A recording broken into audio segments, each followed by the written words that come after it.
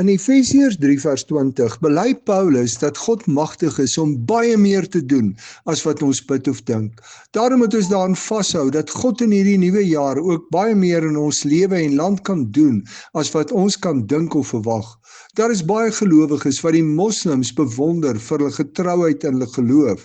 Maar jy geweet dat daar in die afgelope paar jaar meer moslims tot geloof in Jesus Christus gekom het as die vorige meer as 1000 jaar sedert die ontstaan van Islam. Tussen 35 en 50% van alle moslims wat tot bekering kom tot geloof as gevolg van drome, visioene en die verskyning van engele.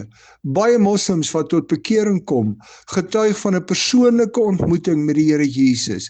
Dit is algemeen onder hierdie nuwe bekeerlinge om te hoor dat 'n man met wit klere aan hulle verskyn het. Ek het ook hierdie getuienis gehoor van moslims wat deel was van die Israel-Palestina oorlog, dat Christus aan hulle verskyn het en hulle tot bekering gekom het. Die groot groei in bekerings onder die moslims is omdat daar al meer deur volgelinge van Christus vir die moslims gebid word. As die Here in antwoord op gebed moslims se lewe so kan verander, dink wat kan in ons land gebeur as ons werklik vir ons land en sy mense begin bid. Dink wat kan in hierdie nuwe jaar gebeur as ons as gelowiges die Here werklik in gebed met ons toekoms vertrou.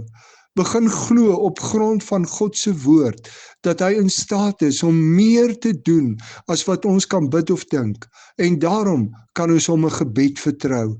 Dink jy nie God kan in ons land ook mense se lewe kragtig verander sodat hulle Jesus Christus as hul Here begin volg nie?